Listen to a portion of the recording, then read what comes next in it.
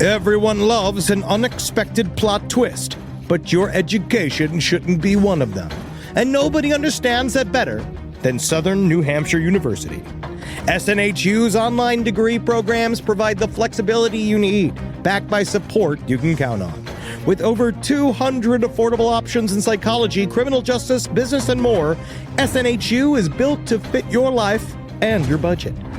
Visit snhu.edu/lastpodcast to learn more. That's snhu.edu/lastpodcast. Insurance isn't one size fits all. That's why drivers have trusted Progressive's Name Your Price tool for years. Just tell Progressive what you want to pay, and they'll show you coverage options that fit your budget. Visit Progressive.com to find a car insurance rate that works for you. Progressive Casualty Insurance Company and Affiliates. Price and coverage match limited by state law.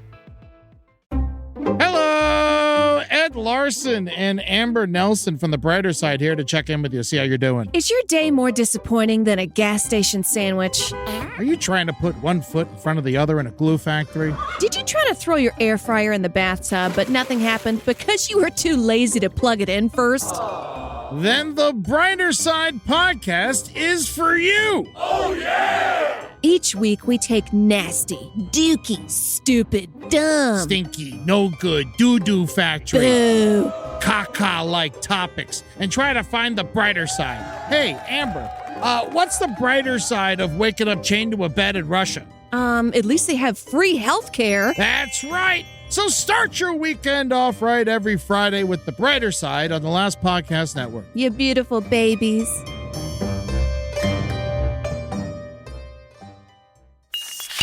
There's no place to escape to. This is the Last Podcast. On the left. That's when the cannibalism started. What was that?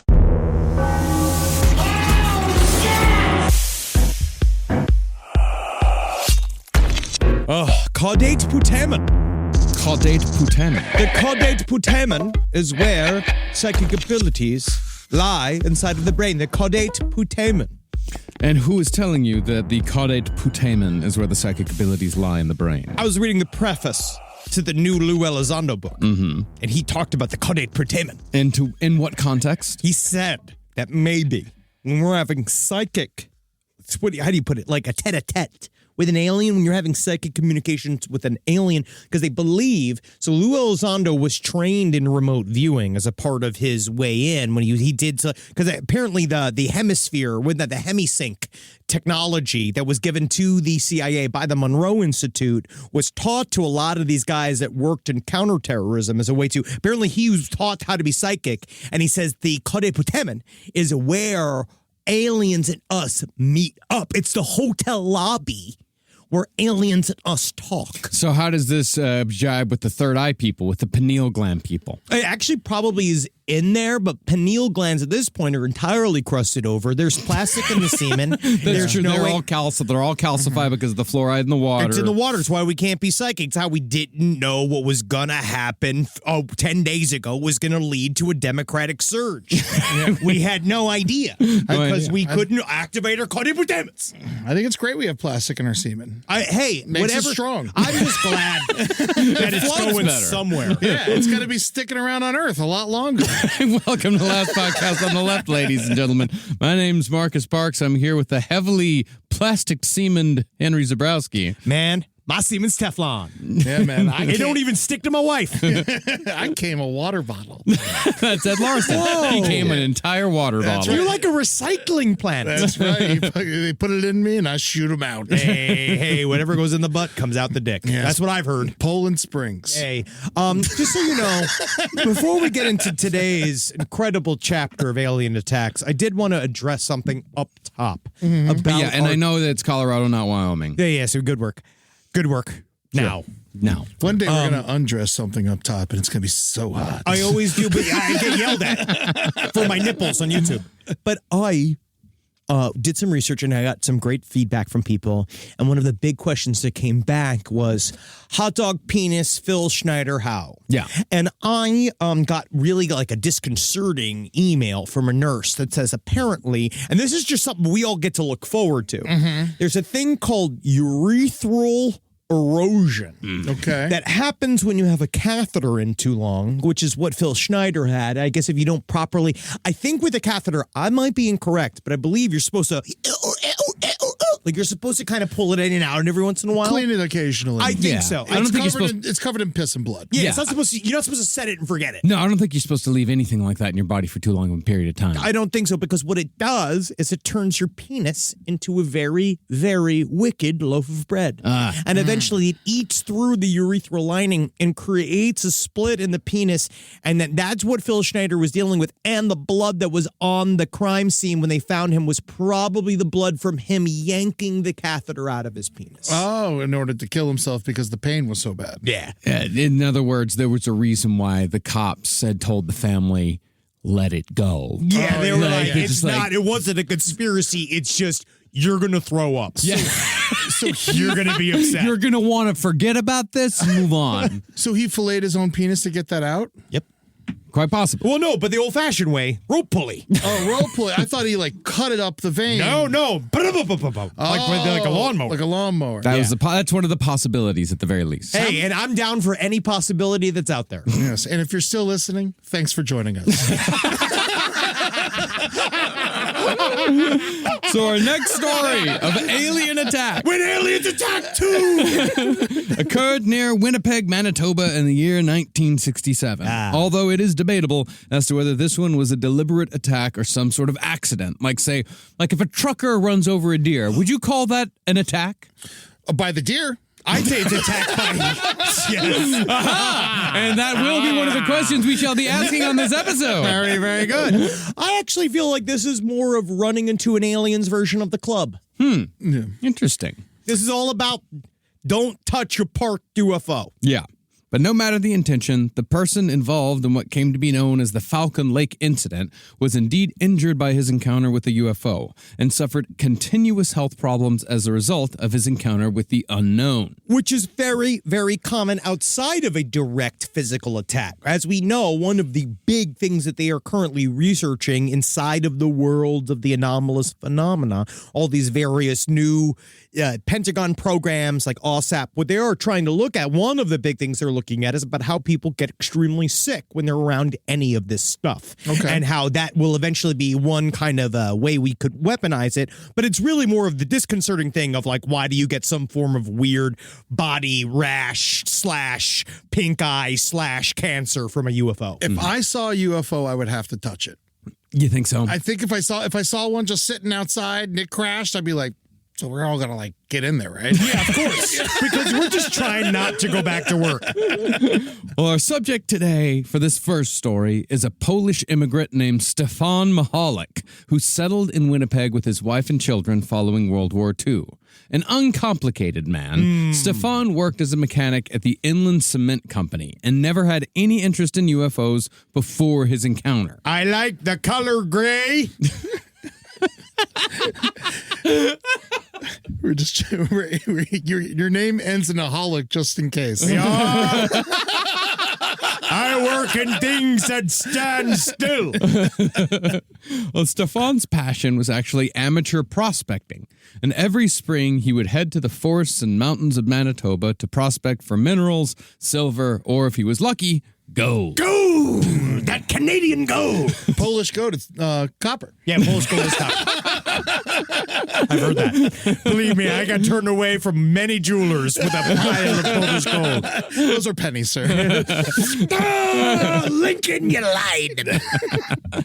And so it was on one of these solo prospecting trips in the spring of 1967 that Stefahn had his unfortunate encounter. I don't mean to insult any other amateur prospectors, but Sounds like great fun. I love rock. I think that this is good for you, but it does feel like it is an extremely sad man's hobby. I would put it above metal detectors. Absolutely. But it sounds like he wasn't that above metal detectors. Like, it's, you know what it is? Why do I feel like if I had a metal detector, if I just do it kind of in my neighborhood or close, like that's kind of like, that's fine. It's cute. It's an affectation. But if I travel to stay in a hotel to metal detect all morning, that's a cry for help. But he's not metal detecting. I think this is a beautiful thing. I would love to. It's an excuse to go out into wilderness. It's giving yourself an activity to do as you wander the God's great, beautiful Canadian wilderness. Every rock is a member of the rock family. That's all I can see him doing each time. Just been like, and there's a rock. Igneous. Another rock. Sedimentary. I think it's cooler than actual. Yeah, I agree with you, Marcus, because at least you're going out to nature. You're going to get it yourself. You know, when you're metal detecting, you're just looking for other people's shit. Yeah, dude. Yeah, you're a scrounger. Yeah. Mm-hmm. Well, on May 19th, Stefahn took a bus to Falcon Lake in the Whiteshell area, 80 miles east of Winnipeg, and got a motel room. He took a bus to a motel to go look at rocks? Yeah. That's fine. No, it's good. It's good. Yeah, it's great. You know, it's not a rich man's hobby. He's an uncomplicated man. That's how I describe the him. color gray. He awoke at dawn the next day and left at 5:30 a.m. Definitely, because those rocks get up early. And you got to make sure you get out there as soon as you can, because other people, they'll be there crowding around the good rocks. Yeah, what's the saying? The early worm gets squished by the rock? He carried a map, a hammer, a compass, protective goggles with green lenses, paper and pencil, and a few snacks. Now, around noon, Stefahn was working some quartz out of the ground when he noticed that some nearby geese had been frightened by something and were fleeing the scene. Get away from my geese, the quartz geese. These my rocks, geese.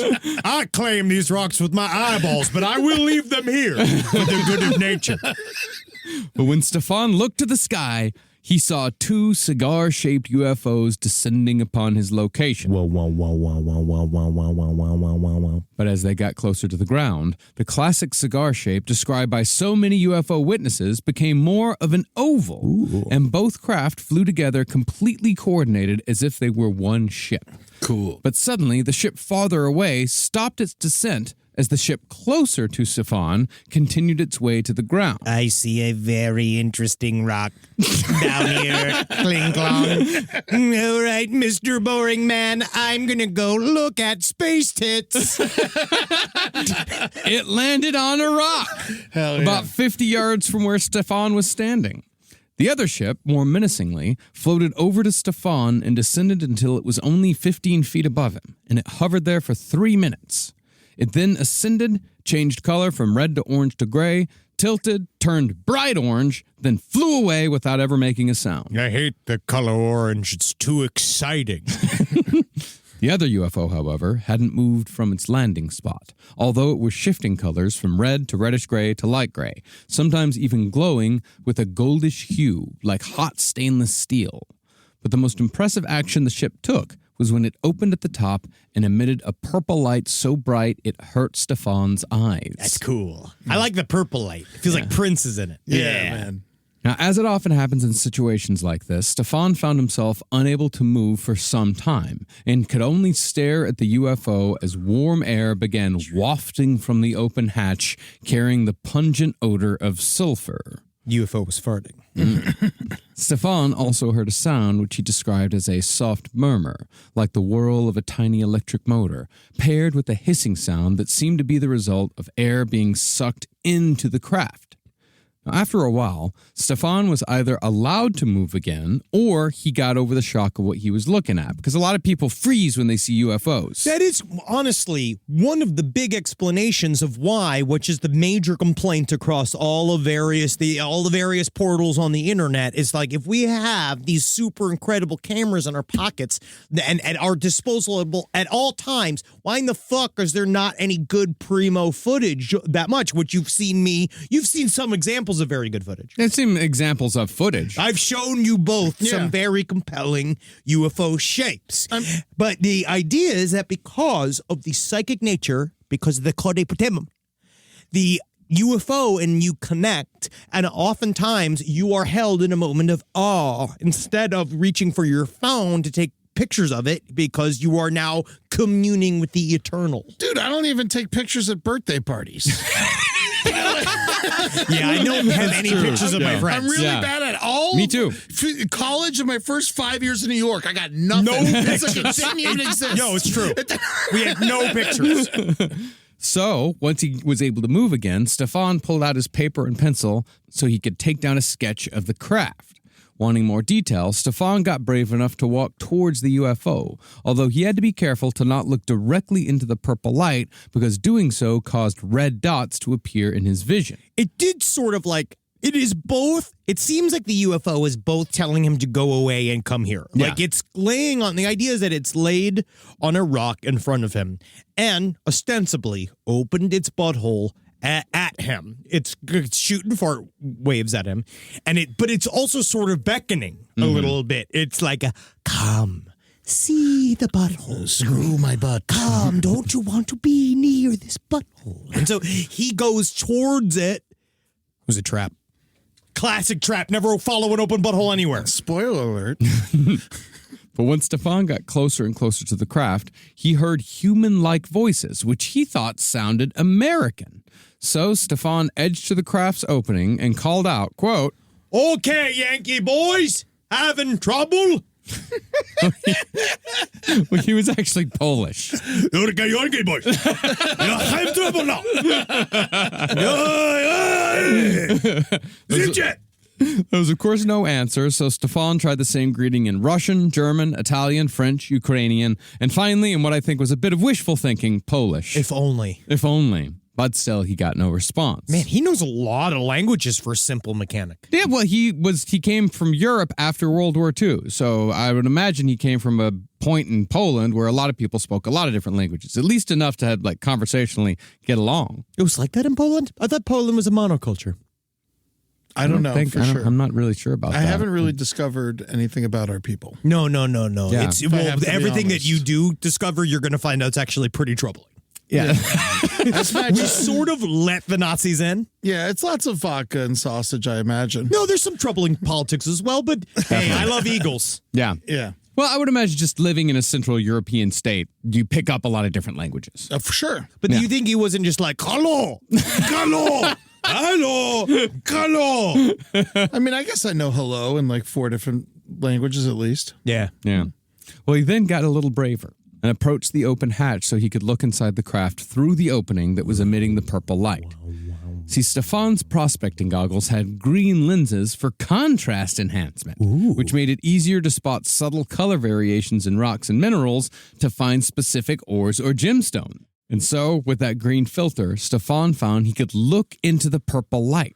And when he leaned over and looked into the craft, he saw a maze of lights, direct beams running in horizontal and diagonal paths that flashed with no discernible pattern or purpose. Like Xanadu. Yeah. Or ELO. Yeah, very much like ELO. Cool. I wonder if Jeff Lynne was on that. Because it looked like it. Him going down being like, hey, man, yeah.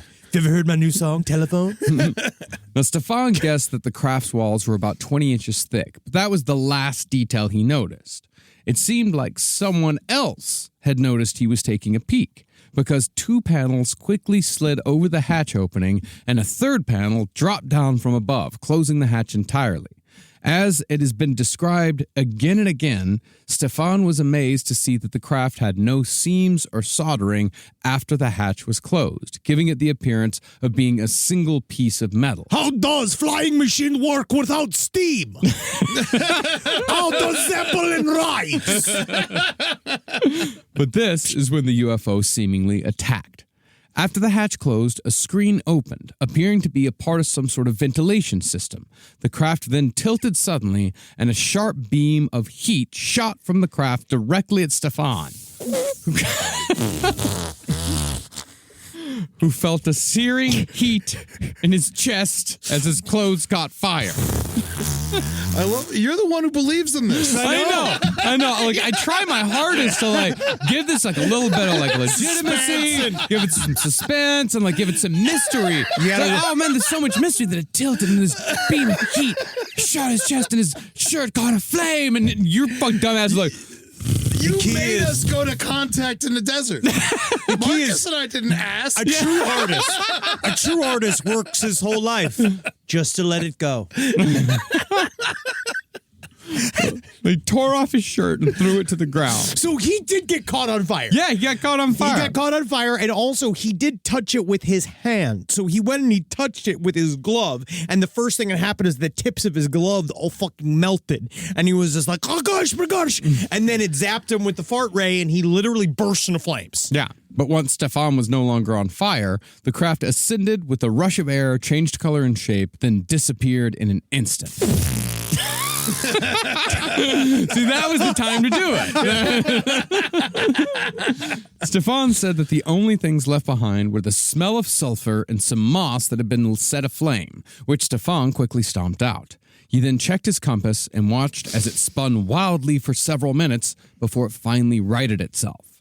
Now, at this point, Stefan's whole day was just fucking ruined. I will never find rocks while on fire. He's probably naked. I scare every moose. I scare every gerbil I see looking for rock now. Fully naked, hirsute as hell, like an ape at the river.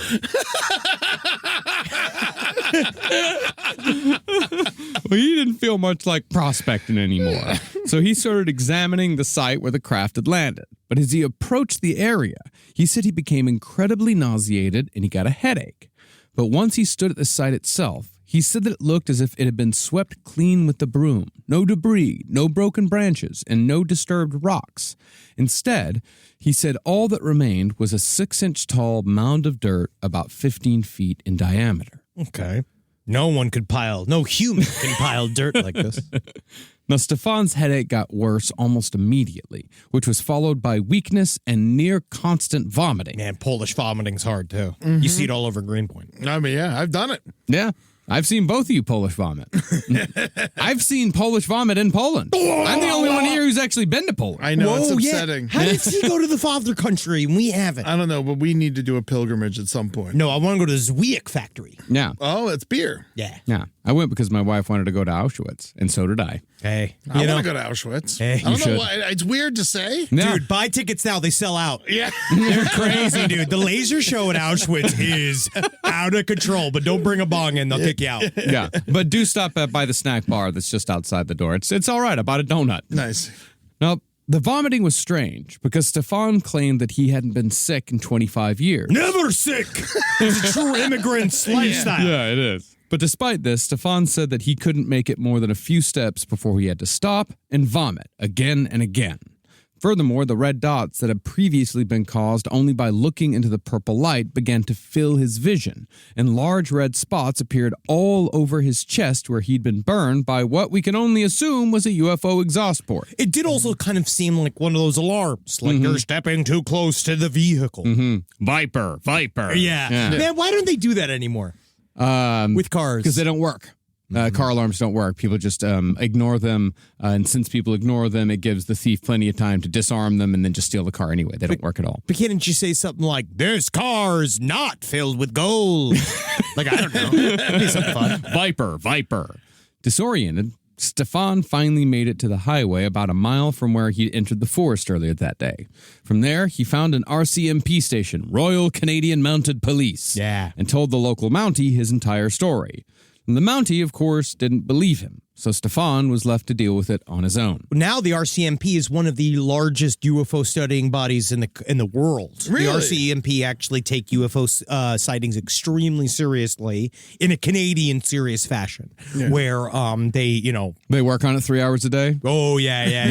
Once a month? Yeah, and if they see you working on it, they tell you how they could do it better than you. Mm-hmm. But then they're not going to do it better than you. They're just going to tell you how they do it better. But they want to go on vacation. Yeah. Working for the weekend. It's a whole country that's working for the weekend. Yeah, good for him. Well, Stefahn worried that whatever he'd been exposed to might be contagious, that he'd been irradiated somehow. So he, unlike Phil Schneider, was hesitant to go back to his motel room. But since he was exhausted and the only other option was to lay down and die on the side of the road, he decided to risk it. Again, this is also super immigrant-y of the fact that he was set on fire. His shirt was set on fire. I mean, I count that as set on fire. Do you? Yeah. If I didn't have a shirt anymore, If I burn a hole in my shirt, that's burning a hole in my shirt. If there's enough flames to consume my shirt and I take it off me, if I'm walking around no shirt on, Yeah. I've been set on fire. It also is covered in red dots, which I assume are burns. Yeah, they could be. Yes, radiation burns. Well, once he returned to his room, he documented everything he'd just seen and experienced in his journal. After that, he went to the motel restaurant and asked a server if there was a doctor on staff. She said their local physician wouldn't arrive until July, and the nearest doctor was 45 miles away. Jesus Christ. But they definitely had flapjacks. No doctor, no police. But there's a diner, which is their courthouse. And so Stefahn returned to his room and called his wife. He told her that he'd been burned in an accident and needed their son to pick him up at the Winnipeg bus depot.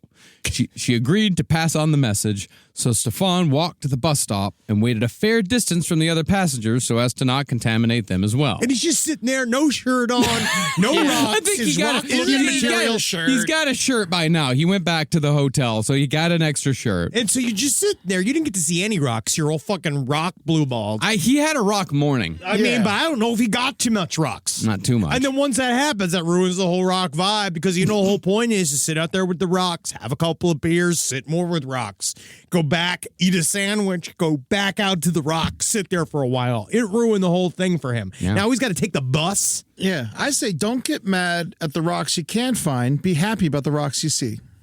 You're right. It's a good way to live life. Every day. Well, once Especially on the crack rocks. once on the bus, Stefahn sat in the back, as far away from everyone else as he could get. I certainly was not just set on fire by alien. If anybody wants to feel bad for man. And when his son picked him up in Winnipeg, he was taken to the Misericordia Hospital to see if someone could figure out how to treat his ailments. Now, it seems like it is on record that Stefahn told the doctor who treated his burns that he was hit by exhaust coming out of an airplane. Which is just as insane as a UFO. Yes, but Stefahn, in his book, My Encounter with the UFO... Can you say it correctly? My Encounter with the UFO. Thank You're you. supposed to take the out. Yeah. My Encounter with UFO. Yeah, never good, always bad. Hate shirts. Leave the pants. Shirt bad, rock good. By Stefahn Mihawlik. Sint the Penguin. He Just leaves it outside of the zoo. You publish book, Penguin. Hey, I know you, penguin. I know you publish book. If not, I choke you to death. You endangered fucking pig. You pig bird. It's fucking stupid. I almost spit out my cola. Well, he said in his book that neither he nor the doctor spoke great English, so something was probably lost in translation. Well, he sounded feared, and he came in and he did have a really insane explanation. He was covered in burns. Yeah. And it was all weird. Rise from your grave. This podcast is brought to you by Squarespace. Squarespace is an all-in-one website platform that helps you stand out online. Yes, that's right. You don't have to smash your face with a hammer. You can just start a business. It's got everything you need on Squarespace, from securing your domain to building a professional site and showcasing your work all in one place. Let's say you want to show everybody how you can carve your ribs out of your lower abdomen so that you look more like a Ken doll. That's amazing. You can bring your vision to life with AI-powered design or curated templates, plus flexible editing tools that helps you create something that truly reflects your style, especially if you are somebody that is trying to corrupt the young men of America. That's what Squarespace is really going to help you. Squarespace makes it easy. It makes it easy for you to put all that together, and you just go to Squarespace and do it all. Thanks, Braden. Head to squarespace.com/left for a free trial. And when you're ready to launch, use offer code LEFT to save 10% off your first purchase of a website or domain. So a lot of people super worried about investing. I understand.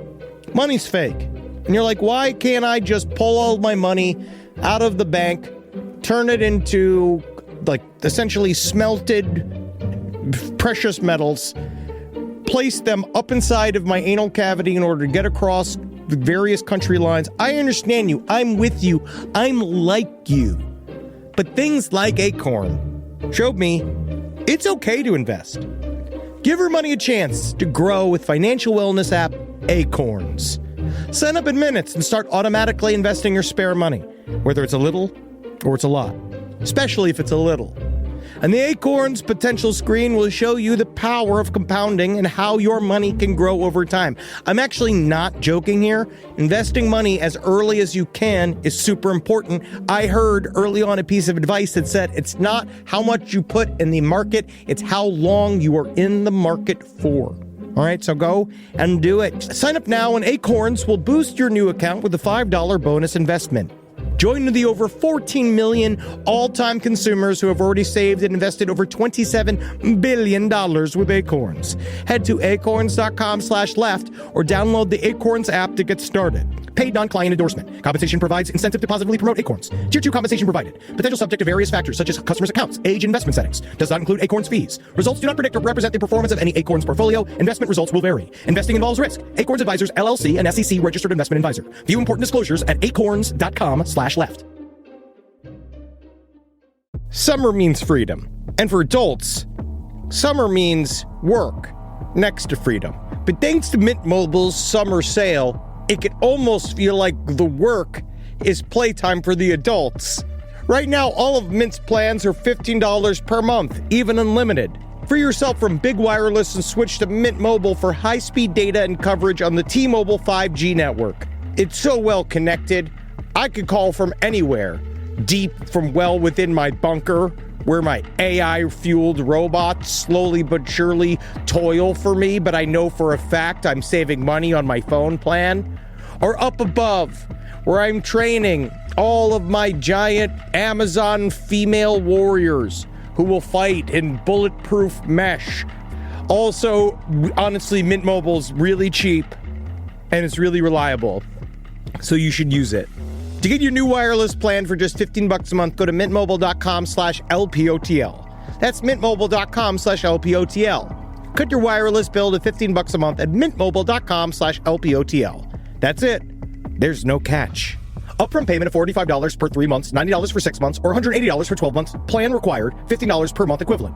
Taxes and fees extra. Initial plan term only. Greater than 50 gigabytes may slow when network is busy. Includes up to 20 gigabyte hotspot. Capable device required. Availability, speed, and coverage varies. See mintmobile.com. Now, when Stefahn woke up the next day, he was in even more pain and still had red dots in his vision, but he had new symptoms as well. He smelled like sulfur, just as the UFO had, and people said that his breath smelled terrible, where before it had been just fine. In fact, what they said, they didn't necessarily say that his breath smelled awful, they said that his mouth smelled awful. Ooh, I know what teeth, that. yeah. I know that smell. You know what I mean? Yeah. Ever smell a guy who's got bad lips? Oh, yeah, or they got like stomach problems sometimes. Oh, it just yeah, when always it's smells like pure puke. acid. Yeah. Mm-hmm.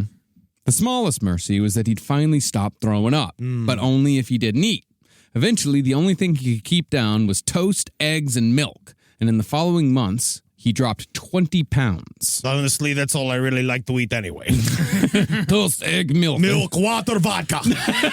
Nauseous all the time, and milk was on the list? Yeah, milk helped. Milk help. They say shit to my father. Like doctors, like a doctor talks to me, I'm in 2024. When a doctor talks to my father, it's 1924. He says stuff like, if your father didn't drink 5 glasses of milk a day, I don't think he'd still be here. Or like, if we stopped your father from smoking cigarettes, I don't think he'd still be here. It's just been like, I feel like both of them things are the reason why he ain't doing great right now. Yeah. Now, Stefahn wasn't shy about telling people what had happened to him, and eventually word got to a reporter from the Winnipeg Tribune, who arrived at Stefan's home and interviewed his family. The subsequent story caught the attention of the Aerial Phenomena Research Organization, APRO, who were probably best known for backing Travis Walton during the Fire in the Sky saga. And much like Travis Walton, APRO was the first outside organization to believe Stefan's story. We're here to believe you. But just 3 days after Stefahn was allegedly exposed to UFO exhaust, Barry Thompson at APRO sent him to the National Atomic Research Center in Pinawa, Manitoba for radiation testing. 3 days later. This is considered The Falcon Lake incident is considered one of the most heavily documented UFO cases in the world, and mostly North America. But they ran tests. Yeah. They went and looked at a lot. He went and told this ridiculous story to several people. But he was covered in radiation. He was. But burns. He was covered in radiation burns, not covered in radiation. Yeah. But how would he have faked that? Don't know. No, we'll get into some of the explanations later. None hold water as far as I'm concerned. Okay, cool. But while they were waiting for the results, Stefahn, Barry Thompson, Dr. Roy Craig of the University of Colorado, and a reporter from Life magazine headed out into the woods to see if they could find the landing site. They couldn't. Likewise, the RCMP and the RCAF, the Royal Canadian Air Force, they both had trouble finding the site Stefahn described. Meanwhile, Stefan's health problems got worse and they got weirder. By week 3, his chest started itching and blisters appeared in a V-shaped rash in the center of his chest that ran to his ears. Yeah, he was all covered. Yeah, full V, dog. Yeah. Scarlet letter. For what? What's the scarlet letter for? Very hairy. I'd say vodka. Vodka. Yeah. No explanation could be found, and the best answer doctors had was that it might have been an allergic reaction, and so they gave him an ointment. What, you put cream on me? What am I, some kind of potato? This does not do. I was attacked by alien fart. You give me some kind of gook. I'm supposed to cover myself in some kind of some crumbs. For what? For burns? V-shaped burns? Very hairy. Man, UFO man came. He sprayed me with fart. You give me cream? It's all right. He'll be dead in a couple days. I heard you. A couple weeks later, though, Stefahn was contacted by a man named Gerald Hart, who's somewhat of a mysterious figure in this story. We have no idea who exactly Gerald Hart was or where he came from.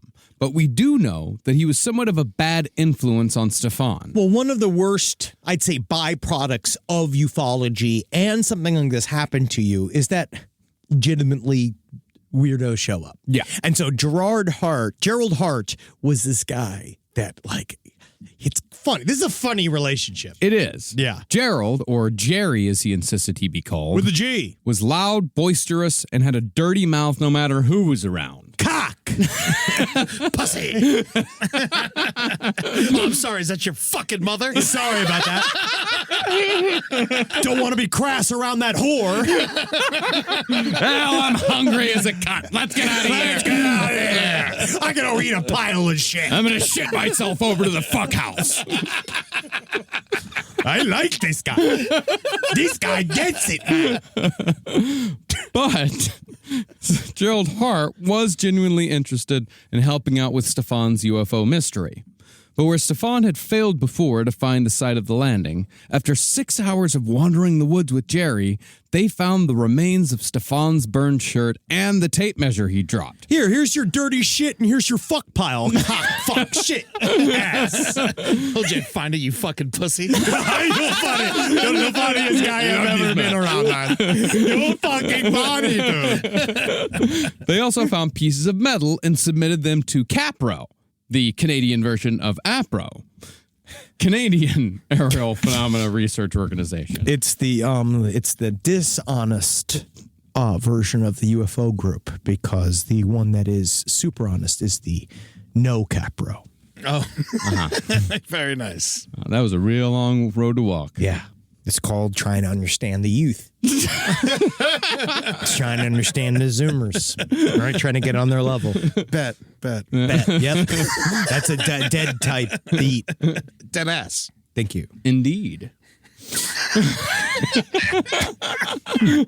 Well, they found pieces of metal, submitted them to CAPRO. No such luck. It's just metal. Now, Stefan's rash would disappear and reappear continuously over the next 5 months, but in September, things only got worse. He was suddenly struck by a burning sensation on his chest and neck, which only got more intense as it spread throughout his torso. Before long, his entire body began swelling up and it turned purple, reaching such a size that he couldn't get his shirt back on. What am I, some kind of fucking Willy Wonka child they turned into grape? I'm sick of this fucking shit. All of these guys come and turn me. You know, Gerald, you taught me a way to fucking express myself that makes me really feel like King Fuck. His vision then failed, he got dizzy, and he said he felt as if he was levitating. I am some kind of top. But after being taken to the hospital, he fully and mysteriously recovered a few hours later, and doctors had no explanation as to why any of this should have happened, other than that he must have come in contact with a substance that caused some sort of extreme allergic reaction. Couldn't tell him what, though. Pine cones. Yes, pine cones. Now, during all of Stefan's up and downs with his health, he became closer friends with Jerry Hart. But since Jerry was a bit of a foul-mouthed bastard, Stefan's wife believed that his influence was destroying Stefan's relationship with the RCMP, who were still in charge of the open investigation. Stefahn, how about we get the fuck out of this fucking bullshit, all right? Leave your bitch at the house and go fuck with some pigs. All right? Come on, let's go fuck with the RCMP, all right? They call them Mounties for a reason. They want to get mounted like a bunch of bareback fucking animals out there, Why right? don't you bring your cock to this cunt-filled diner and get some fucking pancakes? Okay, you're right, I am hungry. See, after hanging out with Jerry, Stefahn would curse a lot more, amongst other bad habits picked up from Jerry. In other words, like, Stefahn thought he was so cool. Yeah, he got wanted a to be buddy. just like him. He's got cool buddy named Jerry. Only hangs out with rocks. This is it. This is the biggest addition to his social calendar that has ever happened to Stefahn. Well, Jerry Hart was a capital D, capital P difficult person. And eventually, under Jerry's influence, Stefahn stopped cooperating with the RCMP. Hart, he believed that taxation was theft. Oh, sure, yep. And therefore refused to pay his taxes, thinking that if I just say I don't have to pay taxes, that the government has to accept that, and was, as a result, arrested twice for tax evasion. Listen here, Officer Buttfuck. I gotta let you know, I'm a sovereign ass citizen, and I will not be detained. I'm a living fucking soul. I am not your corporate entity, you motherfucking dick-sucking piece of shit. Arrest me! Oh, I dare! Oh! I need a lawyer! Jerry also liked calling the Internal Revenue Service the Infernal Revenue Service. Not bad. And he called civil service Snivel Service. Come on, guys. That's so fucking funny shit. And pretty soon, Stefahn was also saying Infernal Revenue Service. The bastard fuck from hell. He come and take invisible money, huh? Playing on Stefan's prospecting hobby, Jerry even roped Stefahn into spending serious time hunting for untapped nickel and silver claims outside of Winnipeg. And this is in 1967. This is kind of sad. Jerry's monetizing his hobby. Yeah, I know. It really sucks. Come on, you're pushing it. He's just one of those guys. That's about the time that Stefan's wife stepped in and told Jerry to stay away, although Jerry did continue to call the house and stop by uninvited.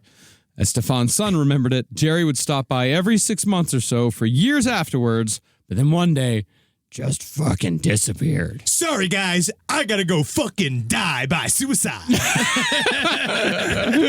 fucking stupid gun. Yeah, bye. Can I do it in front of you? Can I do it in fucking front of you? Fucking cock gun. Well, I'm fucking off to shit cock fuck land up in the goddamn fucking shit sky. Bye, Jetty. Do you think he had Tourette's? No.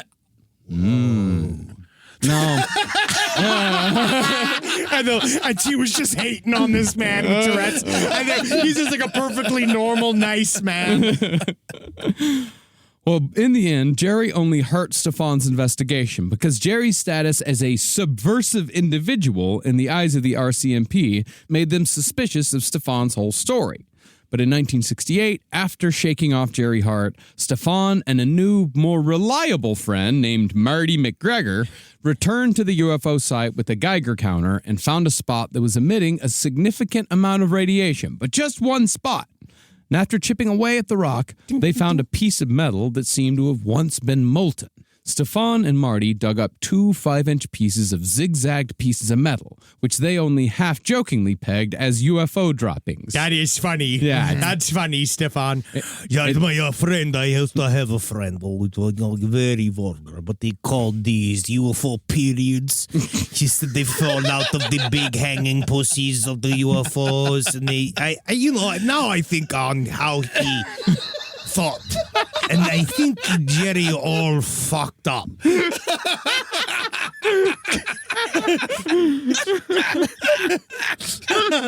Oh, yeah, that sounds about right. Oh, Jerry. Oh, I know Jerry. Oh, foul-mouthed Jerry. Yeah, I know it. My mom dated him for a couple of months back in 1959. Yeah, there's a bunch of things he called me as a boy that I won't repeat out here, and I don't want to get these squirrels offended. The material, however, instead of being the sort of exotic material that Jacques Vallée has, Jacques Vallée loved showing, like, we have no idea what this metal is. And the arts parts, Yes. Famously. Yeah. This turned out to be nothing more special than silver. But it's interesting because now we know more metallurgically that a lot of times these metals that are left behind, because UFO quote-unquote droppings are way more kind of prevalent than we kind of talk about. Like, there's very little actual physical evidence of a UFO, but every once in a while you will see like molten metal seems to drip off one of these objects and then pile up. And a lot of times when they go and get them tested, they will be earthbound metals, just normal metals, but it's the way they are compiled. They're either too pure. Like, that's like one of the things that came out. I forgot one of the cases we just did where it's like, it was aluminum, but it was like pure aluminum. So you would have to buy it. You'd have to assemble it and make it. So it's weird. Wasn't that cut up shit? Yeah, it's just weird. It's stuff like that where it's like, they are chemically, the rocks sometimes are like chemically organized in a way that we don't normally see. Did we think it could have been a meteorite, maybe? Possibly. Yeah. Now, over a year after his encounter with the UFO, Stefahn was still fainting on a regular basis. His burns and rashes still came and went, and he was still having headaches. So he was taken to the Mayo Clinic in Rochester, Minnesota. The Mayo Clinic found nothing physically wrong with him. So, thinking that it might be psychosomatic, Stefahn was also psychologically evaluated. At the mustard clinic. Yeah. Sorry. Stupid. I'm sorry. I'll leave. No. I liked it. Take your seat again. And it was determined that he both believed his story and was a mentally healthy individual. That he was not considered to be, lying or, disturbed. They were like, this guy's fine. There's something weird going on with him. We just don't know what the fuck it is. Now, after Stefahn told his story, a lot of people took advantage and a lot of people did their best to discredit him. In the former category, the Canadian version of APRO, that's Capro, they agreed to publish Stefan's book, My Encounter with UFO. But Stefahn never saw any of the profits. A true Polish book deal. It's a TV movie. Yep. When it came to people who didn't believe him, though, most went with the old Canadian standby of saying that he got drunk out in the woods by himself and imagined the whole thing. Yeah. The problem with that, though, is that the RCMP investigation specifically said that Stefahn had not been drinking that day. This rumor apparently came from a local bartender who said that he'd served Stefahn 4 or 5 beers the night before the encounter. Hey, man. That's not really an amount of note the night before. I had 3 last night. He's not drunk No. anymore. No.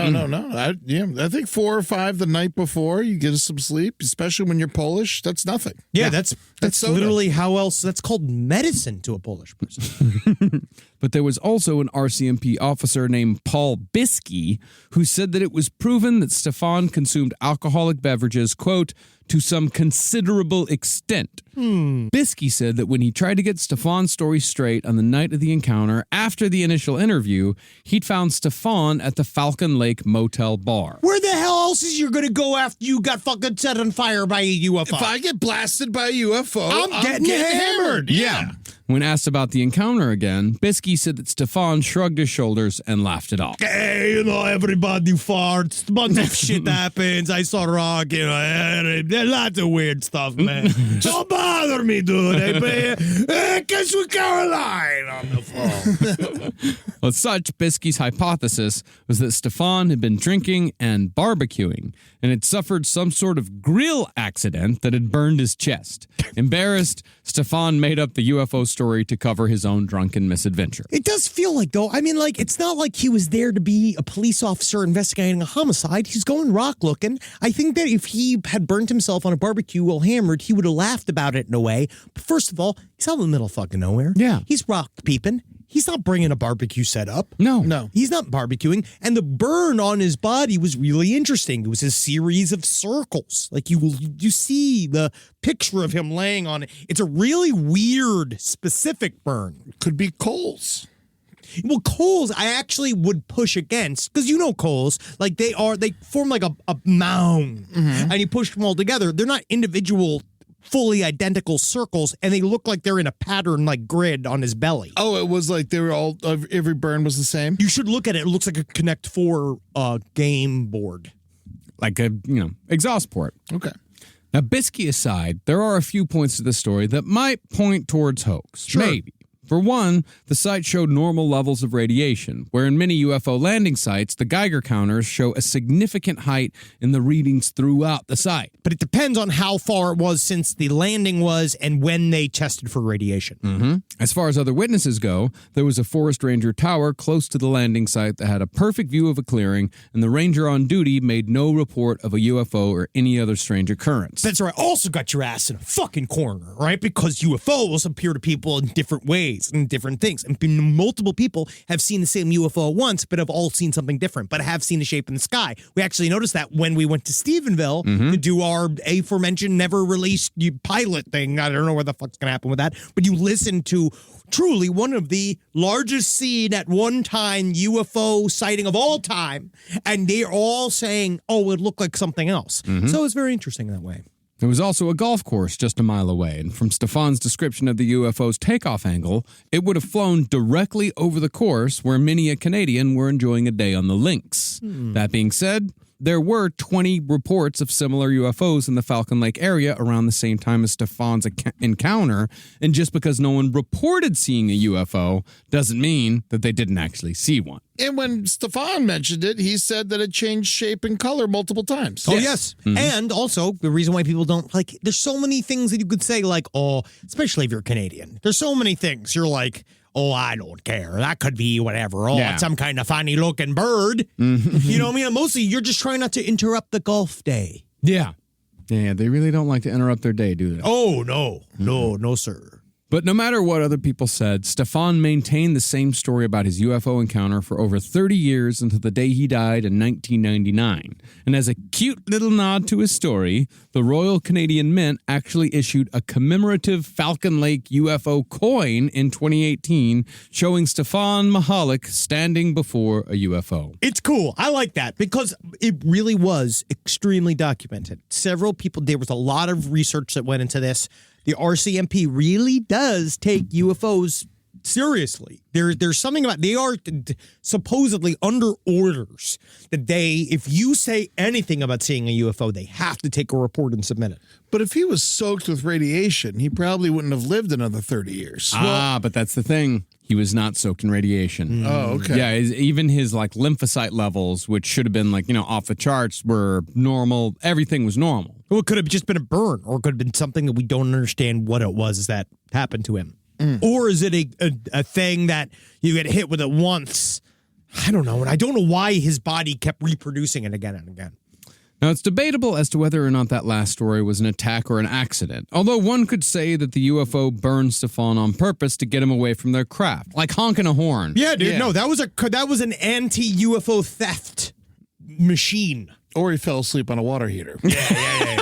Or it was airing out its butt. I also, I like that stuff where the UFO itself is the alien. Yeah, and the UFO has no actual idea that you're even there. None. Oh, yeah, none.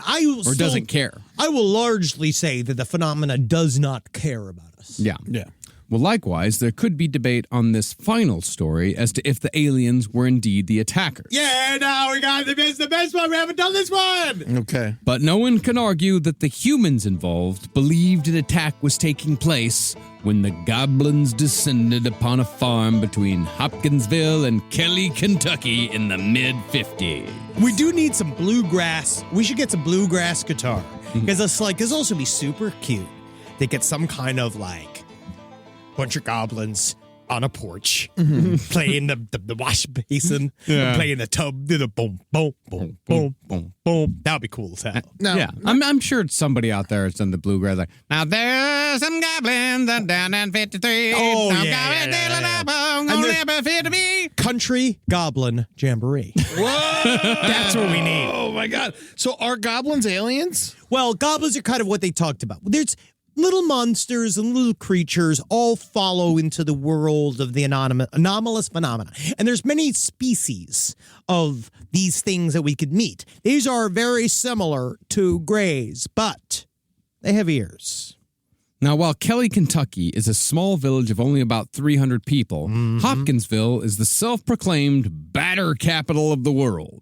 They produce 2 million pounds of flour a day, in addition to brownie mix, pancake mix, Cracker Barrel biscuit mix, and up until recently, this was where Red Lobster cheddar biscuits were made. No, they're still making them. You can buy box ones. Really? Oh, yeah, you can buy the yeah. box ones. All They right. know that's just flour. All right, well, Yeah. good for Hopkinsville. Also, one of the just extremely huge center for baby batter. Yeah. Oh, hubby, you going to the farm and making your batter again? Yep. It's time to sow what I've ripped. Oh, God, I'm going to come on this piece of corn. If you're going to Hopkinsville, don't forget to put the chains on the tires. The roads are slick. Real slick. Well, you know, if you're going to have biscuits, you got to have gravy. We're not getting better at the show. You know what I mean? Like, we're not getting better at it. I am not getting better at the show. We've been doing it for 13 years. Rise from your grave.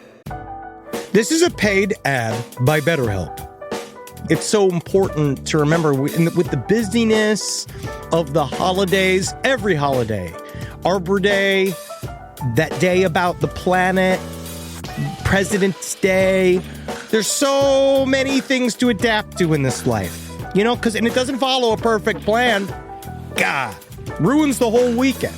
But therapy with BetterHelp, the world's largest online therapy platform, it can be a space to pause, reevaluate, and adjust to any unexpected changes. With over 30,000 therapists worldwide, BetterHelp is one of the leading online therapy platforms, having served millions of people globally. BetterHelp makes it easier to fit therapy into your routine. You're in good hands, too. BetterHelp therapists have at least 3 years and 1,000 hours of hands-on experience, and hold all required education, training, and certifications. It's easy to do, and the help is better over there. You don't have to navigate life's changes alone. Sign up and get 10% off at betterhelp.com/lastpod. That's betterhelp.com/lastpod. Most of us picked a bank at 16 and never looked back. Sound familiar? That's where Chime comes in. They're not like traditional old banks who charge fees and gatekeep perks and rewards. Chime offers the most rewarding, fee-free banking, all with no overdraft fees, no monthly fees, no minimum balance fees. You get 5% cash back on Chime Card in a category of choice, like gas or groceries, all while building credit through regular, everyday spending with no credit check. And you can also grow your money faster with a savings rate that's 9 times the national average. Join the millions who are already banking fee-free with America's #1 choice for banking. Head to chime.com/left. That is chime.com/left. Sign up now. It only takes a few minutes. Chime is a fintech, not a bank. Banking services and Chime Card provided by Chime's bank partners. Qualifying direct deposits required. Terms and limits apply. Go to chime.com/disclosures for details. In the United States of America, there's a break-in every 26 seconds. That means somewhere, right now, an intruder is getting closer. The problem is most security systems only alert you after a break-in has already started. That's too late. Choose Simply Safe to secure your home. Using the Outdoor Camera Series 2 and advanced AI alerts, Simply Safe's U.S.-based live agents identify threats on your property and help deter them, stopping crimes before it starts. That's real peace of mind. They've got a really great security system that makes sure people don't get in your house or it makes a big noise. And to me, that's a big deal for me, is that it protects all of our yelling with a siren in our studio, which is one of the most important things that can be protected. I don't care if thieves come and kidnap us. I don't care if marauders come and steal our staff and bring them to another country against their will. As long as our words aren't affected, as long as our precious data isn't affected. And Simply Safe does that. And for that, I say, God bless you, Simply Safe. God bless you. God bless you, Simply Safe. God bless you. Experience greater peace of mind with Simply Safe, now available with an exclusive discount for our listeners. Right now, you can get 50% off your new system by visiting simplysafe.com/LPOTL. That's half off at simplysafe.com/LPOTL. There's no safe like Simply Safe. But if you're not in the batter business, then you probably know the name Hopkinsville more for the oft-told tale of the Kelly-Hopkinsville Goblin. Who's in the batter business? I mean, how many people do you think are involved in ordering Cracker Barrel biscuit mix to all the various Cracker Barrels across America? Aunt Jemima. Thousands. Aunt Jemima's, is she like, is Aunt Could be 2 Jemima? million. Yeah, it could be. Is Aunt Jemima like the fucking, like the head of the, like the Capistrano family? Like, is Aunt Jemima like the head godfather of batter? Well, Aunt Jemima is not a real person. Yeah. Never? Not like Uncle Ben. They're just people who they... Yeah, it's just a racist caricature. But they never kissed? No. No. That's a fucking sad thing. No. You think... I mean, that would be delicious. Going over there for dinner? That's weird. Well, weird. I just want to hang out with I'm them. watching Rob make notes to cut it. Yeah, that's all I'm going to have to go. Cracker Barrel employs 77,000 people. Oh, okay. Well, that's not the batter business. I mean, it kind of is the batter business. No, that's the breakfast business. There's lots of but biscuits. There's a lot to, if I go to Cracker Barrel, I eat the biscuits. That's what I eat at Cracker Barrel. Yeah, of course, but I like the country fried pork chop. And what do you think that's covered in? Batter. Yeah, buddy. Man, am I just supporting batter? You are. You're a are. batter boy. Yeah, I don't think you realize how much batter plays in your everyday life. Oh, no, I do. I do. Don't worry about that. All sorts. Well, the Kelly-Hopkinsville Goblin attack involved a number of alien-like creatures terrorizing an isolated house full of tobacco farmers. This story would actually inspire one of my favorite horror movie franchises, the Hopkinsville Goblins. This is the inspiration for Critters. Yes. Oh, okay, awesome. And is also inspirational to one of my favorite nonfiction paranormal long-form web series, Hellier. Oh, yeah. Now, while the Goblins get all the press, this wasn't the first time that this area of Kentucky had been visited by something extraterrestrial. In June of 1808, a family traveling west saw an unidentified object in the sky, which they took as an ominous sign from God. Cool. But as it goes in many UFO encounters, a spot near where the object was seen, possibly the spot where it landed, remained a barren circle where no vegetation would grow for decades after. One day, we will do a series about visions of Mary and Catholic visions as connected to UFOs, because like the Virgin of Guadalupe, all those things where they see a version of some like religious entity, it's always a UFO. It's awesome. Mary could have been an alien. Oh yeah, dog, that pussy. She don't make losers. More than a century after that sighting, in 1952, 75 eyewitnesses at a nearby lake saw an oval-shaped spacecraft, which hovered over the water for 30 minutes before taking off at an incredible speed. But that was merely an appetizer for what happened on August 20th, 1955.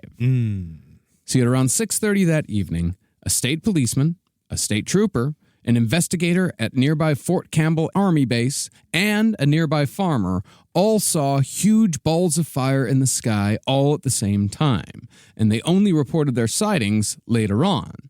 This fire was also seen by a man named Billy Ray Taylor, who worked a tobacco farm right in between the towns of Hopkinsville and Kelly. Do you think the tobacco farmers are like the punks of Battertown? This is a flower Battertown. It's a They're Battertown. they're making tobacco.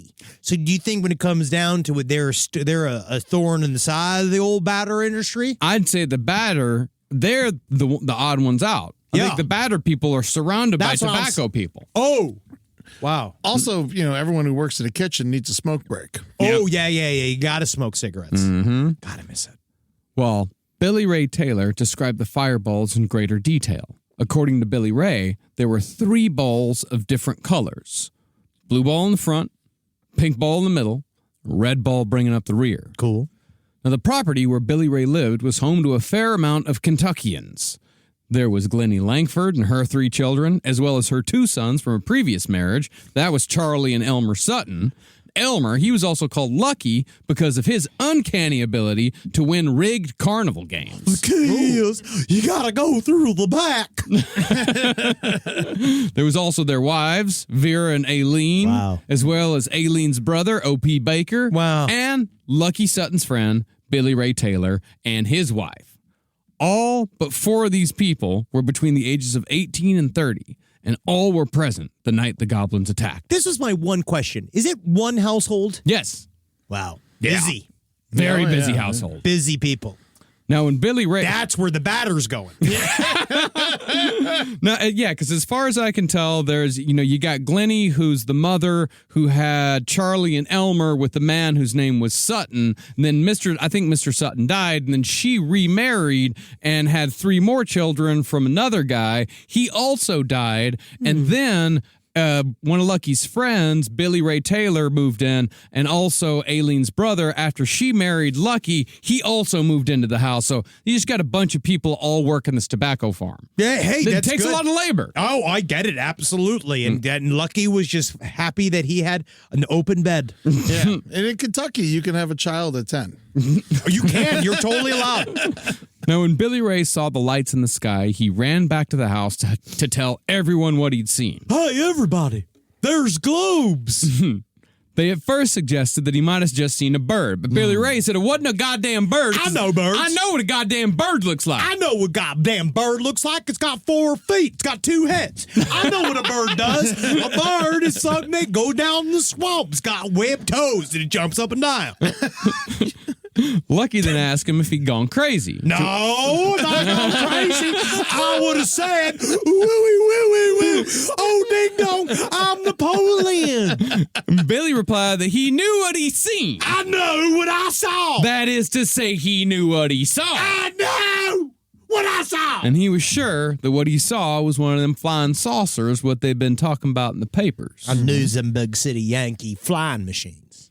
But just as they were talking it through, and Lucky was starting to admit that maybe it was just the heat playing tricks with his eyes, Lucky and Billy Ray looked in the woods behind the house and saw a glowing silver figure with 2 huge yellow eyes, with its arms in the air as if to surrender. Like Freddy Freaker. Yeah, it's a lot like Freddy Freaker. Yeah. Its legs were dangling, but while the legs weren't moving, the creature was still floating towards the house. This is my favorite. I love shit. This is my favorite type of alien movement and phenomena. Yeah. I like it when it's in the cartoony realm. Yeah. Of very, very strange, because in one way, you could say the more ridiculous, maybe they're making it up. But I actually, it's so I'm hard. the other side of it, man. Me the too. the more ridiculous it is, the more I believe it. Because it's hard. You know what it is? And I don't mean it. Yes, obviously, there's imagination everywhere. I know. We've all watched Reading Rainbow. So I know that there's imagination everywhere. But Do you think it might have been a butterfly in the sky? maybe. You're a debunker. I feel like if you're a tobacconist in 1950s Kentucky, you might not have the most vibrant imagination that's ever lived. Maybe I'm wrong. Yeah, well, 75 people saw something. Yeah. I mean, they saw something a few years earlier. Yeah. So it's not crazy. No, Yeah, people but- see stuff. Yeah, there's stuff out there. And when it comes to the more ridiculous it is, the more I'm apt to believe it. There is a line of credulity there where if it feels like it is being made ridiculous on purpose, then you can always tell. Well, because there's always these sorts of things about these stories that are so strange. Idiosyncratic. Idiosyncratic. That's the word for it. It's idiosyncratic. And it sort of makes you feel uncomfortable when you think about it. And they are uncomfortable talking about it. Oh, very much so. We're freaked for some reason. I mean, this very much so freaked them all out. Now, once Lucky and Billy Ray saw this creature, they began preparing for battle, collecting as much ammunition as they could find for their .22 rifle and their 12-gauge shotgun. Now, have I never seen a floating Russian before? I'm seeing one now. How slow was it coming towards them? That they were like running to the barn and loading guns and coming back outside? Pretty slow. It was. They were like floating. They were ready to defend their home from whatever it was that had come to Earth with those balls of fire. I heard the British are coming back with flashlights for eyes so they can see in the dark. The British are coming back. They're not going to Kentucky. They're coming back to get our beloved land. Lucky covered the front door and Billy Ray took the back, while the rest of the family thought that both of them had lost their damn minds. But while they were in the middle of making fun of their defenders, another floating 3-foot-tall creature appeared with its arms raised in the air outside the back door. This time, Billy Ray got a much better look and saw that the creature was silver-skinned with long, thin, clawed hands and webbed fingers. Oh, my God, it's a New Yorker. Its head was large, its ears were big and pointed, and its yellow glowing eyes were more on the side of its head rather than facing front. Yeah, see, I don't want to shoot an alien, but a goblin gets shot. This is what they're saying. At that point, the elder in the room, 50-year-old Glennie Langford, screamed and fell to the floor. As the creature floated towards them, Billy Ray fired his rifle through the screen door, which brought Lucky and the rest of the crew to the back door to see what had happened. Just that movement of the guys going, Huh. Yeah, be sure to show the movement on the podcast. hey, man, hey. Patreon.com/lastpodcast on the left. You can actually see me do that act out joke. Once they got there to find Billy Ray on the back porch, everyone watched as a clawed hand came down from the roof to touch Billy Ray's hair. No! You're playing with my hair. You're tickling me. Aileen grabbed Billy Ray and pulled him back into the house. While Billy Ray, you get back here right now. While Lucky ran outside and fired the shotgun through the roof. The alien pulled Billy back into the No, house? Aileen. His No. wife. And Aileen. my wife is not an alien. That's Aileen. And the creature, apparently hit, rolled off the roof, floated to the ground, then scampered back into the woods. Or I would say more retreated into the woods. They didn't really scamper, they floated. Sorry. Because as it moved away, the Kentuckians got a better look at how it moved. It glided without moving its dangly legs, drifting forward using what appeared to be a strange motion with its hips. See, that's a visual exercise you also can't see. Yeah. Marcus was doing a sultry goblin twerk. I would say I was sissying the walk a little bit. Oh, yes, you are sissing. I put some bass in that. Oh, yeah. Yeah. He did those. Now, Glennie had the young children hide under their beds while the other women found their own hiding places throughout the house, while she and the men discussed what they should do next. But it seemed like every time the family calmed down enough to get their heads on straight, the creatures would reappear, although there was never any sign that the goblins were there to attack, nor did they ever counterattack against the Kentuckians. For example, when Billy Ray fired at another creature that came up to the window, showed his big glowing eyes, it just flipped backwards and disappeared. It's cool. This is my favorite. I love it. They also noticed that the creatures glowed brighter when they were yelled or shot at. But that's the thing. It didn't really seem to make much of a difference if you yelled at it or shot at it. It kind of reacted the same way. Well, it didn't know how we were attacking it. Yeah. But also, this is the key, I think, to the concept of indifference. At one point, though, Lucky and Billy Ray went out into the front yard to take the fight to the goblins. We're going to go out there. We can't be in the Marines. We're going to fight for our home. And when someone yelled at them to look up in the maple tree, they saw one of the goblins sitting on the branches. Sitting up here. Hi, hello. Look at my nuts, you fucker. Jerry. Lucky and Billy Ray opened fire, and again the creature just fell out of the tree and floated away. Bye-bye. Lucky soon hit another creature, and he said that the sound that it made when they actually hit one with the bullet, they could tell that they hit it because it sounded like a metal bucket being shot, like a ping, pa-tink. So it was like a shield they had on themselves. Something was weird. They also said that when they shot the guns would not make clear gun noises, that they would go like Ba-bang, ba-bow. whoa, whoa. And on it went, with Billy Ray or Lucky shooting a goblin, the goblin running away, then returning again seemingly unhurt. The only thing that had any effect, it seemed, was turning on the lights, which at least caused the creatures to flinch. Now, by this point in the evening, everyone agreed that they were dealing with either goblins or demons. Is there a difference, Glenny? Glenny suggested they're probably goblins. Yeah, they gotta be goblin. Yeah. I should know. My second husband was half goblin. She said they weren't dangerous. They might not be dangerous. After all, they're coming to us with their hands in their air, and maybe if we stopped shooting them, they'd go away. Billy Ray, have you tried high-fiving them? Well, Lucky disagreed, because even when they didn't shoot, the creatures kept coming towards the house, and he wasn't going to find out what happened if one of them got inside or touched someone. God, I just feel like it would have been like giving them $1 million. You know, like they did all of this shit, and that's what Lucky decided. I mean, like, there's no way we can let these aliens in this house, and I should know. Like, I'm the luckiest man here. I was born with 11 toes. It's just Ed McMahon after drinking a bunch of barium. I've got a test in the morning for colon cancer. Yeah, it's like the old Kids in the Hall sketch, like somebody's going to get $1,000. Who's going to get $1,000? And then you got to wait, and you get $1,000, and the next person gets punched in the face. Yes. Now, eventually, they did decide that if things stayed quiet for a bit, they'd all race to their trucks and speed to town. And after Lucky shot one more goblin off the roof, everyone scrambled to their trucks and drove to Hopkinsville at 11 p.m. They'd been fighting the goblins, or whatever they were, for 3 straight hours. Now, the family pretty much stormed the local police department, telling them that they'd been fighting little men all night. But after a fair amount of condescending questions, the sergeant on duty called up the police chief, Russell Greenwell.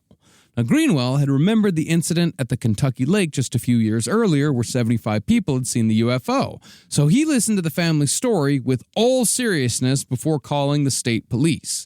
He then, for some reason, also called the local paper. And pretty soon, the area was awash with cops, reporters, and looky-loos. Because this man wanted to arrest an alien in Kentucky. The first state to arrest an alien. I could feel his pride being like, we're bringing them all in. This ends now. Yeah, I know. Get the eyeballs here, man. Yeah, I want it now. I want them strung up. Because if we don't set precedent now, eventually there will be a goblin in the House of Representatives. Now, the cops said that there was no sign of goblins when they arrived, but they did find a lot of empty shotgun shell cases, and a lot of holes were shot through the screens of the house, including chunks of wood that had been blasted off the window frames. No matter what was out there, these fucking dudes had spent all night long firing bullets. Yeah, they turned their house into Swiss cheese. They had holes in the ceiling, holes in the windows, holes in the walls, and so whatever they did, they were shooting at. They were just shooting at something. I think they all accidentally ate mushrooms. Who knows? It could be that ergot poison. Now, Lucky and Billy Ray estimated that there could have been up to 15 creatures outside the house that night. But they also did admit that it could have just been the same 2 little bastards showing up again and again. Honestly, I counted every digit I have as soon as I saw one, and there was exactly 13. And as it was, their nightmare wasn't quite over. And this goes against the drug hypothesis. Okay. The next night, Glenny woke up to find another goblin hanging around outside her window. She woke up Lucky and again tried to get him to not shoot the damn thing, but Lucky just said, quote, "No, Mama, I'm going to shoot that little man." And that's when Billy Ray also woke up, grabbed his rifle, and the 2 of them started blasting away again. They were just happy, man. Only to get the same result of the creatures flipping, floating to the ground, running off, and coming back. Hi, bye, hello. This went on until 5 a.m. That's when the creatures disappeared for good, which was just as well because Billy and Lucky had just run out of ammunition. Convenient. Yes, very convenient. Now, in the days that followed, everyone who'd been involved in the Goblin incident gave consistent accounts of what happened and what the creatures looked like to the authorities and reporters. If it was some sort of poisoning or drugging or anything, everyone would have seen and experienced something different. Pretty soon, though, as it often went in those days, strangers stormed the farm to feed their curiosity. So this is also this happens in every one of these, where this is the human factor of where people start talking about like, oh, they do this for the fame or the money, or they do this because they want to tell a story. And Yeah, so prove it. Yes, but this thing is like, but it does create looky-loos like me. I show up at your home. Like if things happen like that and I can get to it, I'm there. I'm asking questions. I'm eating food. I'm throwing the wrappers on the floor. I'm fucking dumping my Starbucks, the ends of it. I'm just throwing it on the street. I'm ruining the neighborhood. Mm-hmm. All right, there's a lot of shit goes on in there. Yeah, the house didn't have locks, so people just walked inside, grilled the family for details, stole their shit, and just generally acted a fool. Damn it. The family called the state troopers to keep people away, but all that did was keep the looky-loos outside of a perimeter until the cops left. Then, after the cops left for the night, they'd return to the house, pretty much just to make fun of Billy Ray and Lucky. Like, look, I'm a goblin. I'm a goblin. Lucky you get fucking shot. What if I shoot you in the head? Yeah. Finally, the family figured that if they were going to go through all this shit, they might as well charge admission. So they tried charging 50 cents to enter the house, $1 to hear the story, and $10 to take pictures. That's awesome. But since there were so many people, the whole system fell apart immediately, and the simple act of them asking for money made a lot of people think that they'd made up the whole story for profit. And I don't know, it's a bad fucking investment. They shot up their entire house, spent who knows how much money on shotgun shells and fucking rifle bullets. Yeah. For what? You got to get that back. I think that this family was very Kentucky. Yeah. Yeah.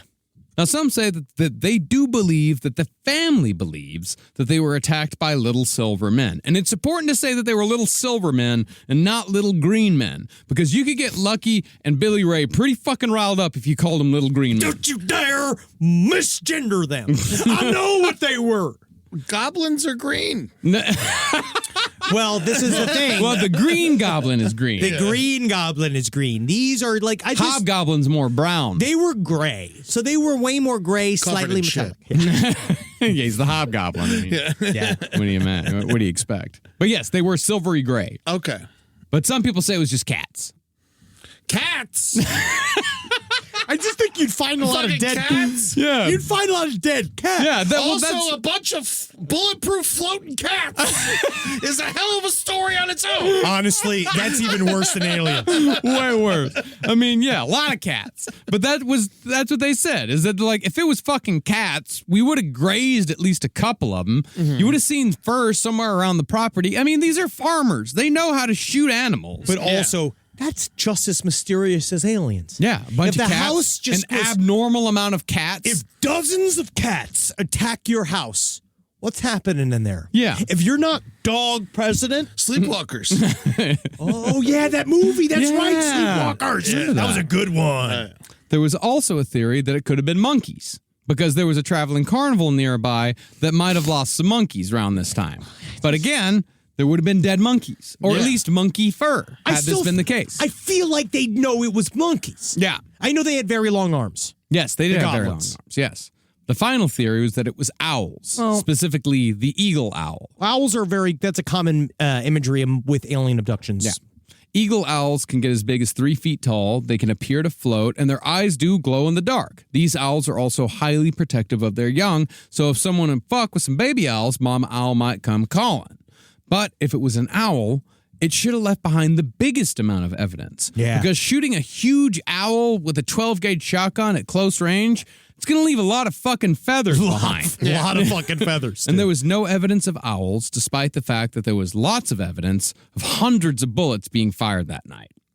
Now, by the next year, the entire family moved away because they'd gotten nothing but bad attention.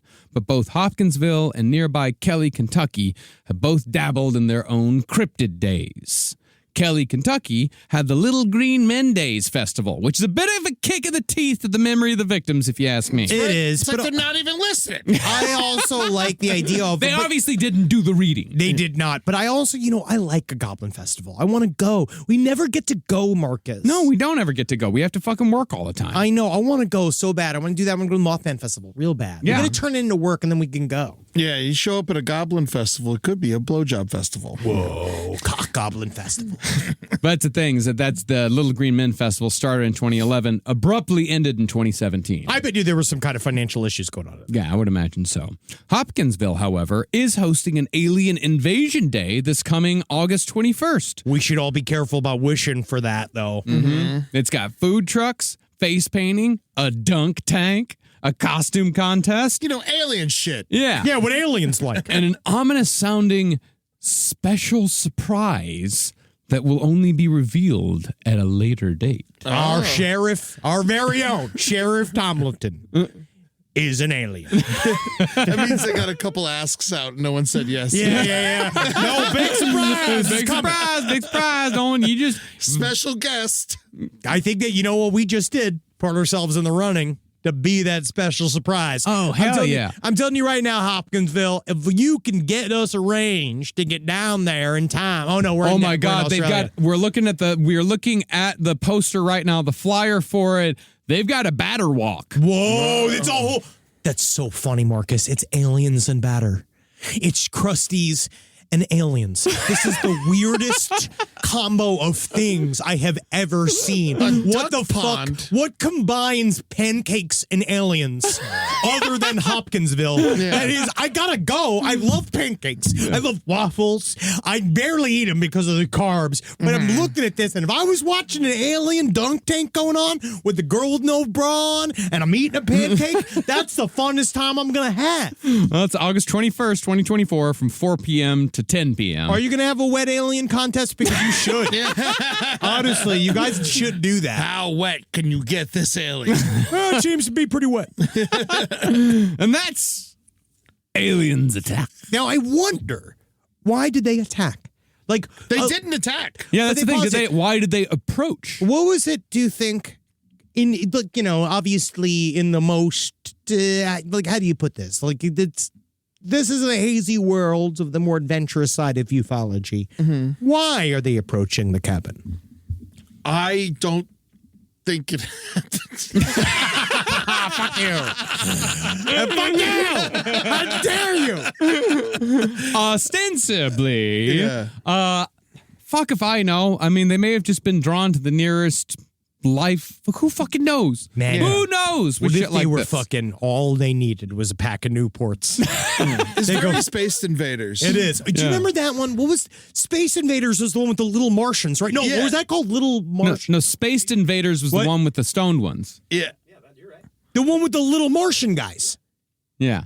But they weren't the stoned ones. They were the cool ones. The cool ones. Oh, yeah. they were cool. The That's stone right. one was Paul. Yeah. Oh, Paul was bad. I didn't watch Paul. yeah, I was didn't watch stupid. Paul. I imagine Space Invaders isn't great now either. Yeah. No, I imagine it might not hold up, but it was on UFO. Wow, yeah, I Critters. love this movie, dude. Critters, however. Love Critters. Oh, Critters. The Oppers wrote it, or one of the kids I grew up with, his uncle wrote it. He Oh, had that's He awesome. had a giant Critters poster in his house. And Hell I was yeah. like, why the fuck you got this Critters poster? And he's Yeah. like, my uncle wrote it. Yeah, Critters 2 is like my first favorite horror movie. Like, I watch it over and over and over again. Critters Ball, oh, man. I mean, the Critters Ball's so Yeah. fucking awesome. No love the shit. Critters The ball. guy, the amazing character actor, Royal Dano, was one of the aliens in Space Invaders. Oh, there you go. So we just like filling time or what? No, I'm just kind of looking at. I'm just now. And then you brought all this up. I'm just basking in it. Yeah. All right, Oh, yeah, guys. Space Invaders, they're hip, they're hilarious. Earth will never be the same. Patreon.com. I loved Space Invaders / last podcast on the left. There's no Space Invaders content on our Patreon, No. but we're only here. You can only find it here on the show proper for some reason. Also go to our social media, TikTok at LP on the left, Instagram, all the fucking horseshit, twitch.tv/LPNTV, just so you know some scheduling little things. So we're going to have next week, we're going to have our first one of these special episodes with you, Eddie. Yes. Before we go to the land down under. And then we're going to be doing some kind of interesting episodes while we're in Australia. We are doing proper episodes. But I'm super excited because we're going to get a little spooky. Mm-hmm. We're going to get spooky, which we've never done in Australia. No, we actually have. We've only ever done true crime. Well, yeah, we did with Let Me Out. We did Let Me Out, but it's like, but now we're going to do another big case. We're going to be doing, like, that's one of the things, and we hope we get to meet some of the people involved. It'd be nice. It's very cool. We'll see. But, hey, it's been fun, hasn't it? Hasn't it? It has been. I'm just so glad my penis is intact. Still. Yeah. For another couple hours. Yeah. Till you go home and make too much batter and fuck your wrist up again. What are you going to do? When in Hopkinsville.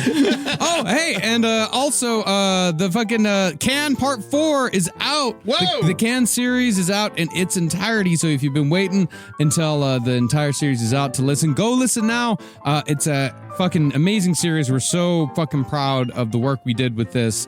So go check it out and go hear the story of one of the most incredible bands of the 20th century. I love Can. I'm excited to listen to the series. Now that I'm one of those. I wait till it's all out. Yeah. You're gonna love it. You're gonna love it. So I'm excited. Hell yeah. All right, well, hail Satan. Okay. Hail fucking Jerry. Yeah, dude. Jerry's all right, He's dude. a fucking flappy cunt. Yeah, dude. Where the fuck's that guy at, man? I'm gonna fucking smoke weed with him, dude. Fuck you motherfucking shit. Fuck, nobody fucking hails me. I don't fucking hail nothing and nothing hails me, you fucking cock Jenny, nut you're fucking the testicle. best, dude. I love you, Jenny. You're my fucking boy, man. This show is made possible by listeners like you. Thanks to our ad sponsors, you can support our shows by supporting them. For more shows like the one you just listened to, go to lastpodcastnetwork.com.